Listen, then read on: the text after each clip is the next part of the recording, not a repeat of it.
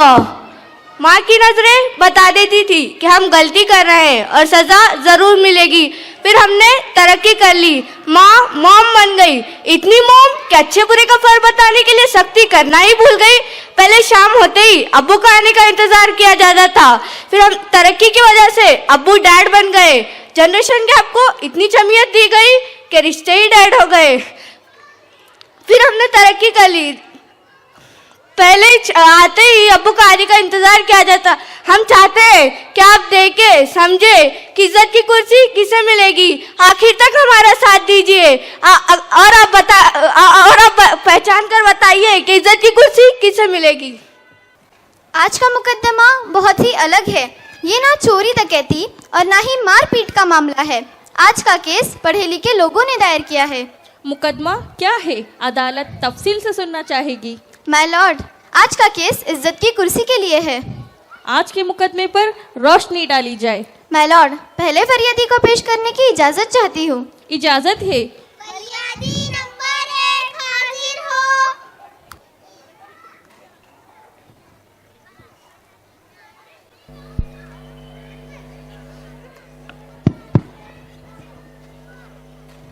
अपुन जो कहेगा सच के सिवा और कुछ नहीं कहेगा।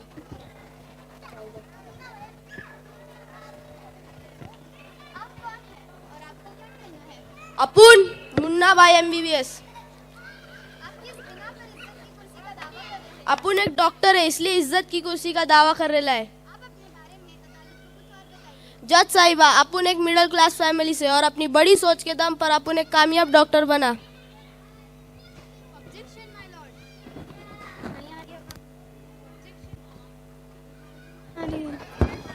ऑब्जेक्शन माय लॉर्ड, इस पॉइंट को नोट किया जाए कि एक मिडिल क्लास डॉक्टर होते हुए भी आपने इतना बड़ा हॉस्पिटल कैसे बना लिया। ऑब्जेक्शन माय लॉर्ड, जज साहिबा, मेरे काबिल दोस्त मेरे मौकिल की काबिलियत पर सवाल उठा रहे हैं। Objection sustain. You may continue miss Mujna. तो डॉक्टर मुन्ना भाई MBBS, ये अदालत आपसे ये जानना चाहती है कि आपके हाथ कौन सा खजाना लग गया जो आपने इतने कम वक्त में इतना आलीशान दवाखाना बना लिया। अपुन को अपनी शादी में एक बड़ी रकम जहेज के तौर पर मिली थी। उन्हीं पैसों से अपुन ने हॉस्पिटल बनाया है। जहेज? You mean dowry? Your honour, इस पर तो डाउरी का केस चलना चाहिए। माय लॉर्ड, जज साहिबा, मेरे काबिल दोस्त इस केस का रुख बदलने की कोशिश कर रहे हैं।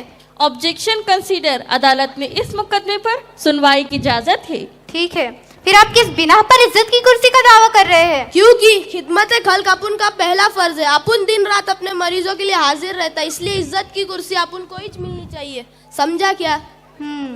जज साहिबा, इनकी खिदमत को साबित करने के लिए मेरे पास एक गवाह मौजूद है जिसे पेश करने की इजाजत चाहती हूँ। इजाजत है। मिस होसर हाजिर हो। मैं जो कहूँगी सच कहूँगी, सच के सिवा कुछ नहीं कहूँगी। क्या आप इन्हें जानती है? हाँ जज साहब, हाँ जज साहब, मैं इन्हें कैसे भूल सकती। उस डॉक्टर को देखकर मेरा खून खौल उठता है। ऐसा क्या किया इन्होंने? अदालत को जरा खुलकर बताइए। जज साहब, मेरा एक 5 साल का बेटा था जिसके इलाज के लिए मैंने इनके हॉस्पिटल में दाखिल करवाया। वहीं से इनका लूट मार का सिलसिला शुरू हुआ। जज साहब, मेरे बच्चे की ज़रूरत गैर ज़रूरी 1000 टेस्ट करवाए और हमको बताया गया कि मेरे बच्चे को दिल की बीमारी है, उसका ऑपरेशन करना होगा। 5 लाख की डिमांड की। उस वक्त मेरे पास इतने पैसे नहीं थे, इसलिए मैंने अपना घर और ज्वेलरी बेचकर 3 लाख इनके सामने लाकर रख दे। जज साहब, इनके सामने रो कर गिड़ा कर इनसे इल्तिजा की कि मेरे बच्चे को बचा लीजिए, मेरे बच्चे को बचा लीजिए। लेकिन एक खुदगर्ज डॉक्टर ने मुझे कहकर वापस कर दिया कि पूरे 5 लाख जमा होने पर ही इलाज होगा। जज साहब, भी डॉक्टर नहीं खूनी है, खूनी मेरे बच्चे का खून। तो डॉक्टर मुन्ना भाई MBBS, आपको अपनी सफाई में कुछ कहना है? अब मैं क्या बोलूं जज साहिबा? ठीक है, आप जा सकते हैं। टीचर मुन्नी बाजी हाजिर हो।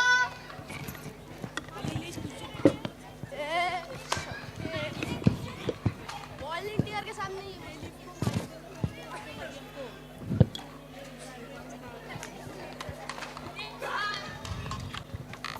मैं जो कहूँगी सच के सिवा कुछ नहीं।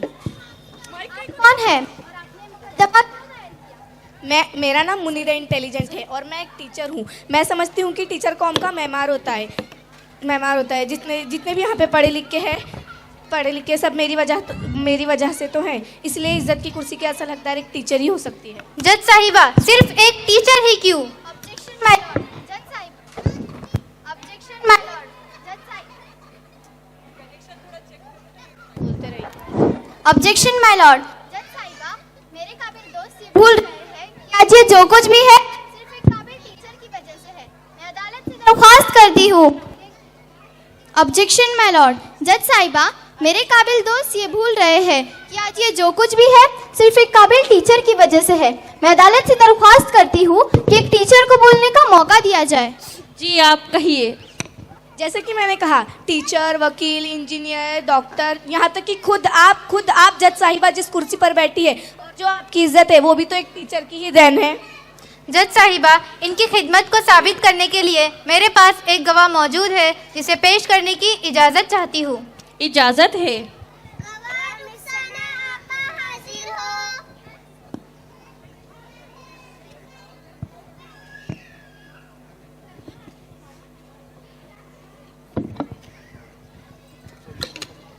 ऐसा क्या किया इन्होंने जो एक आप टीचर के खिलाफ हो गई? मेरा नाम रुखसाना है जज साहिबा।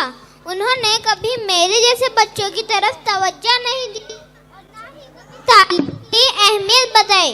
जज साहिबा, मेरी ये टीचर अक्सर स्कूल से गायब रहती थी और जब स्कूल आ भी जाती तो अपनी सहेलियों में मगन रहती।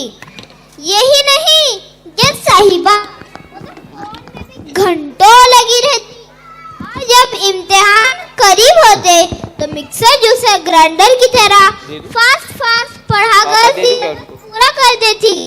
इसकी वजह से मेरे तालीम पर दिलचस्पी खत्म हो गया। मैंने पढ़ाई छोड़ दी।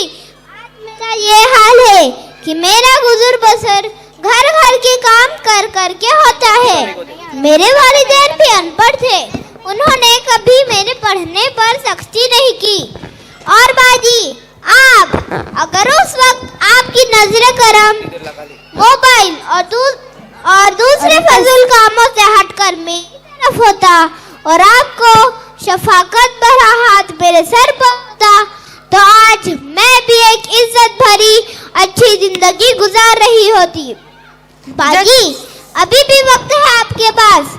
अभी भी उन बच्चों को वक्त दे और ईमानदारी से पढ़ाइए ताकि कोई बच्चा मेरी तरह तालीम को ना तरसे और एक अच्छी और बेहतर जिंदगी गुजारे। जज साहिबा, ये किसी भी तरह इज्जत की कुर्सी की हकदार नहीं हो सकती। ऑब्जेक्शन माय लॉर्ड, जज साहिबा, मेरे काबिल दोस्त मेरे क्लाइंट की बेइज्जती कर रहे हैं। Objection consider. अदालत में इस बातों की इजाज़त नहीं है। एक दूसरे की इज्जत का ख्याल रखें। Thank you my Lord. ये टीचर इंटेलिजेंट, आपको आपकी सब कुछ कह। तमाम सबूतों और गवाहों को मद्देनजर रखते हुए ये अदालत इस नतीजे पर पहुंची है कि रुकिए जज साहिबा, हमें भी कुछ कहना है। आपको जो भी कुछ कहना है कटघरे में आकर कहिए। हम जो कुछ कहेंगे सच के सिवा और कुछ नहीं कहेंगे। इस इज्जत के कुर्सी के असल हकदार हम हैं। आप किस बिना पर इज्जत की कुर्सी का दावा कर रहे हैं? ये सवाल कैसे पूछा आपने? हमने बच्चों को नामी ग्रामीण स्कूल में पढ़ाया, महंगे से महंगे क्लासेस ट्यूशन में एडमिशन दिलाया, यहाँ तक कि सारी दुनिया की परेशानी भी हम झेले और इज्जत की कुर्सी किसी और को मिले यह हरगिज नहीं हो सकता। यॉनर, ये बात तो हर कोई जानता है कि माँ बाप अपने बच्चों की तालीम के लिए क्या कुछ नहीं करते। जज साहिबा, मैंने अपने करियर में ऐसे भी पेरेंट्स देखे हैं जिन्हें अपने बच्चों के लिए तो टाइम ही नहीं मिलता, जिन्हें अपने किटी पार्टीज, कॉन्फ्रेंस, बिजनेस से फुर्सत ही नहीं मिलती। जी नहीं जज साहिबा, ऐसा नहीं है। हमने अपने बच्चों के हर शौक को पूरा किया, दिन रात मेहनत करके उन्हें अच्छी से अच्छी चीज ला कर दी। और जब हम हमारा हक मांग रहे हैं तो ये भरी अदालत में हमारी परवरिश पर उंगली उठा रहे हैं और हमें बेइज्जत कर रहे हैं। रुकिए जज साहिबा, हमें भी कुछ कहना है। आपको जो भी कुछ कहना है कटघरे में आकर कहिए। हम जो कहेंगे सच के सिवा कुछ नहीं। शुक्रिया। जज साहिबा, मेरे वालिदैन ने मेरी तालीम और तरबियत पर बिल्कुल भी तवज्जो नहीं दी। वो तो अपनी मसरूफियत में ही मगन रहे। इनकी लापरवाही की वजह से जज साहिबा आज मैं गलत सहबतों और गलत दोस्तों की शिकार हो गई हूँ। मेरा फ्यूचर बर्बाद हो गया है। जज साहिबा, मैं आपसे पूछना चाहती हूँ कि क्या सिर्फ अच्छी स्कूल में एडमिशन कर देना, खाने पीने का इंतजाम कर देना, हमें इनकार नहीं कि इन्होंने हमें लग्जरी लाइफ दी, मगर क्या इतना ही फर्ज है वालिदैन का? हमें ना अच्छा इंसान बनाया, ना कभी दीन का इल्म सिखाया। क्या अल्लाह और हमारे प्यारे रसूल सल्लल्लाहु अलैहि वसल्लम हमसे यह चाहते थे? और कभी ये समझाने की कोशिश भी नहीं की कि एक अच्छा इंसान कैसे बन सकते हैं? जैसे चाहा खाया पिया, जैसे चाहे कपड़े पहनाए और जिन किसी के साथ चाहे दोस्ती करवा दी। इन्होंने कभी रोक टोक नहीं की। आज इन्हीं की वजह से हमारा इस्लाम भी खतरे में पड़ चुका है। इनके पास तो टाइम ही नहीं था। मेरे जैसे वालिदैन किसी को ना मिले। जज साहिबा, फैसला कीजिए, इंसाफ कीजिए। ठीक, आप जा सकते हैं। ये अदालत कल तक के लिए मुलतवी की जाती है।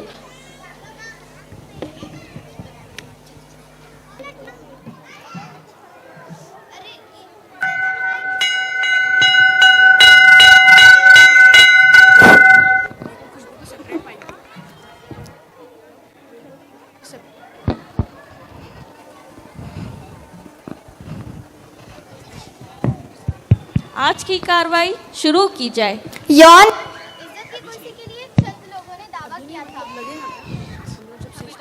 ऑनर, इज्जत की कुर्सी के लिए चंद लोगों ने दावा किया था।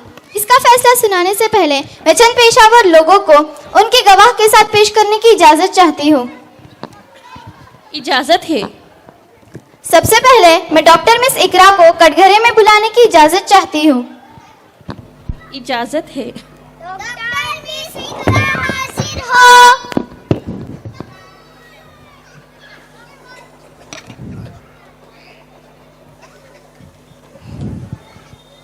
मैं जो कहूंगी सच कहूंगी, सच के सिवा कुछ नहीं। आप कौन हैं और आपको क्या कहना है?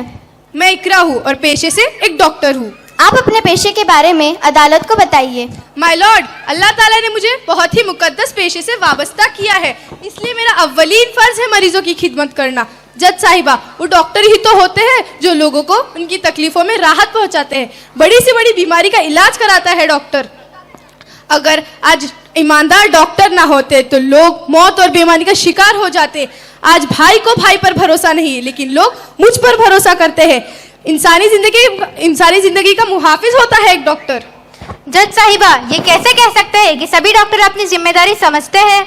Objection my Lord. जज साहिबा, शायद ये नहीं जानते कि अदालत गवाहों और सबूतों पर यकीन रखती है। बिल्कुल सही। मैं अपनी बात को साबित करने के लिए एक गवाह पेश करने की इजाजत चाहती हूँ। इजाजत है।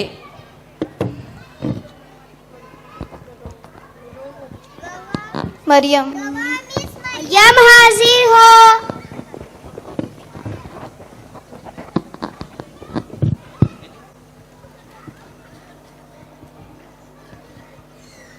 मैं जो कुछ कहूंगी सच कहूंगी, सच के सिवा और कुछ नहीं कहूंगी। अदालत आपसे ये जानना चाहती है कि आप इन्हें कैसे जानती है? ऐसे रहम दिलवा ईमानदार बादशाह डॉक्टर को कौन नहीं जानता। इनको इंसानियत की कदर और अपने पेशे से पूरी ईमानदारी का जज्बा है, और ये डॉक्टर्स को अल्लाह ने मसीहा जैसी पावर दी है। मिस मरियम, आप किस बिना पर इनको मसीहा का दर्जा दे रही है? Objection sustain. यू में कंटिन्यू मिस मरियम। शिफा देने वाला बेशक अल्लाह है, लेकिन अल्लाह ने डॉक्टर्स को जरिया बनाया। वो डॉक्टर ही है जो अपनी जान की परवाह किए बगैर अपने मरीजों को राहत पहुंचाते हैं। इसलिए डॉक्टर्स को मसीहा कहा जाता है। इस बात का जीता जाता सबूत कोविड जैसी बीमारियों के वक्त जब डॉक्टर्स की भी लॉस खिदमत है। इस महामारी के वक्त जब भाई भाई से दूरी बनाई हुई थी, तब ये डॉक्टर्स थे जो अपनी सुकून की परवाह किए बगैर घर घर जाकर लोगों का इलाज कर रहे थे। जज साहिबा, इन्हीं की वजह से आज मैं यहाँ जिंदा खड़ी हूँ। इन्होंने ही मुझे जीने की उम्मीद दिलाई। आप मजीद कुछ पूछना चाहते हैं? जी नहीं जज साहिबा। ठीक है, आप जा सकते हैं। योर ऑनर, इस केस को आगे बढ़ाते हुए अगला दावेदार पेश करने की इजाजत चाहती हूँ। इजाजत है। मिस्टर नोमान हाजिर हो।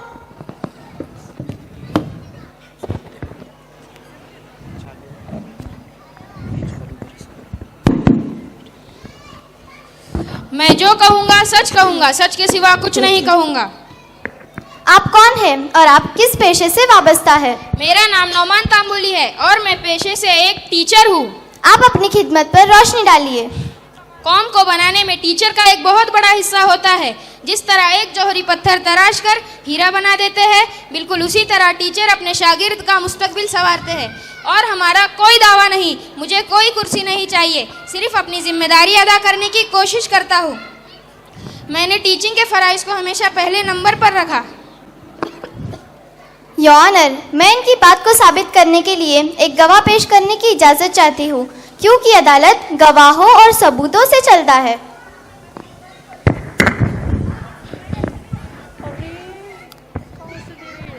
इजाजत है। गवाह मिस सनाया हाजिर हो।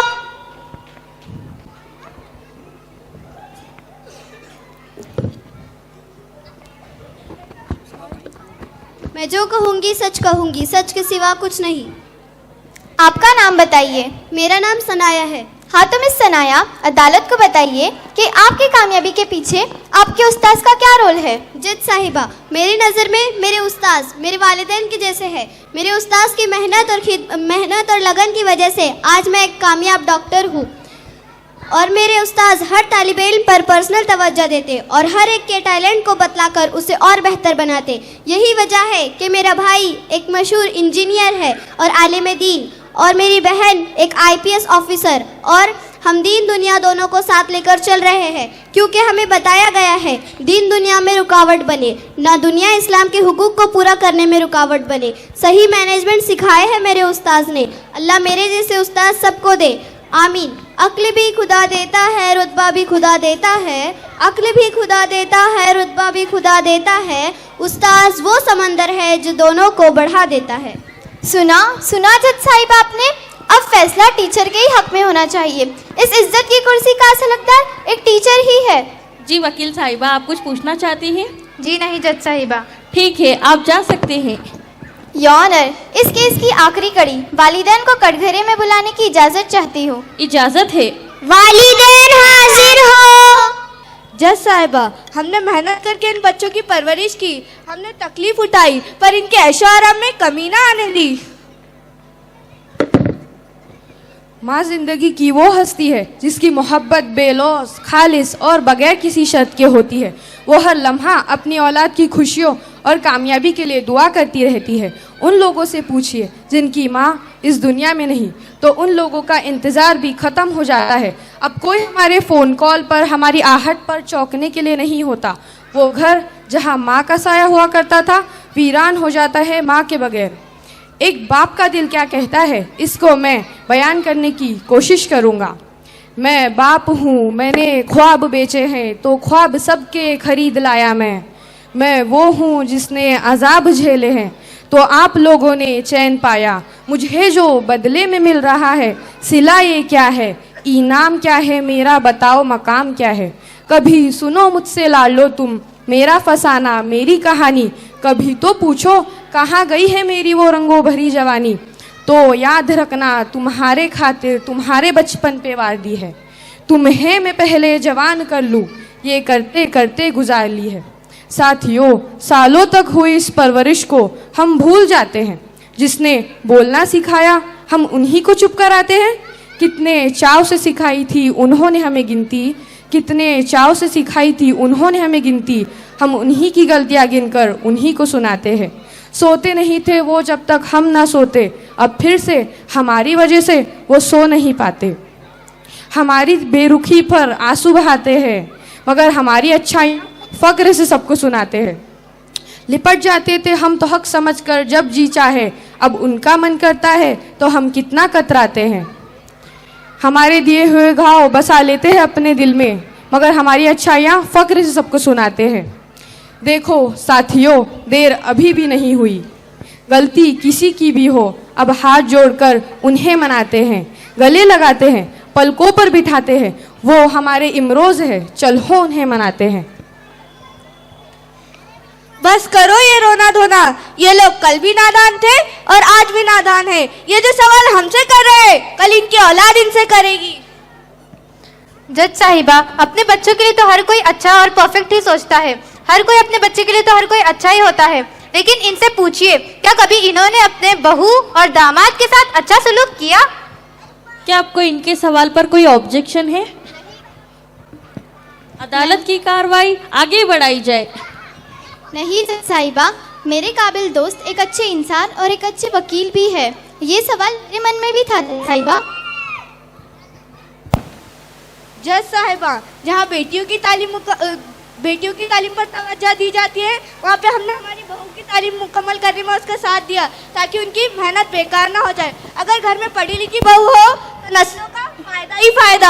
हमारे घर का माहौल तो ऐसा है, हमारे घर के बहू और दामाद खुश और कामयाब जिंदगी बसर कर रहे हैं। हाँ जज साहिबा, आमतौर पर एक औरत ही औरत की दुश्मन होती है, क्योंकि उनको जब बहुत अच्छा लगता है जब उनका दामाद बेटी के काम में हाथ बटाए तो अखलाक वाला, और जब वही बेटा बहू की मदद करे तो जोरू का गुलाम। ये तो नाइंसाफ़ी हुई जज साहिबा। एजुकेशन से ही इसका सल्यूशन हो सकता है। ऐसे पेरेंट्स की बेलौस खिदमत को साबित करने के लिए मेरे पास 2 गवाह मौजूद है, जिसे पेश करने की इजाज़त चाहती हूँ। इजाजत है। आखिर के 2 गवाह एक साथ हाजिर हो। अदालत आपसे ये जानना चाहती है कि आपकी कामयाबी के पीछे का राज क्या है? आज मैं जो इस मकाम पे हूँ वो मेरे वालिदे के वजह से है, जिन्होंने मुझे कभी ना उम्मीद होने दी और हमेशा मेरे पढ़ाई में साथ दिया। जज साहिबा, सास मेरी बिल्कुल माँ जैसी है। मुझे दुनिया की तालीम के साथ दीनी तालीम करने में भरपूर साथ दिया। वो मुझे अक्सर असलाफ के किस्से सुनाया करती थी, जिससे मुझे बहुत हिम्मत मिली। अल्लाह ऐसी सास ससुर हर किसी को अता करे, आमीन। ठीक है, आप जा सकते हैं। तमाम सबूतों और गवाहों को सुनने के बाद फैसला सुनाने से पहले मैं कुछ कहना चाहती हूँ। जिस तरह एक सिक्के के 2 पहलू होते हैं, इस तरह हिंद के कानून के भी 2 पहलू हैं। अगर आपको कानून किसी चीज़ का हक देता है तो दूसरी तरफ इसके फ़राइज़ और जिम्मेदारी को पूरा करने की शर्त भी लाजिम है। आप अपनी जिम्मेदारी को जब तक ठीक ढंग से अंजाम नहीं देते, तब तक आप इज़्ज़त का दावा हरगिज़ नहीं कर सकते। हर पेशे में ईमानदारी और अवामी खिदमत का जज्बा शर्त है। ज़िंदगी में हर पेशा मुकद्दस है, यहाँ तक कि घर घर जाकर काम करना भी मगर ईमानदारी लाजिम है, क्योंकि कहावत मशहूर है कि एक फ़र्द की इस्लाह से समाज की इस्लाह मुमकिन है। और इस अदालत का यही फैसला है कि वो इस इज़्ज़त की कुर्सी का असल हकदार हर पेशे से मुंसलिक हर वो शख्स है जो अपना काम पूरे खुलूस और ईमानदारी से कर रहा हो और फ़राइज़ ईमानदारी से निभाना जानता हो। उसी को हक है कि वो इस इज़्ज़त की कुर्सी का असल हकदार कहलाए। The case is dismiss. जज़ाकल्लाहु खैरा वस्सलामु अलैकुम।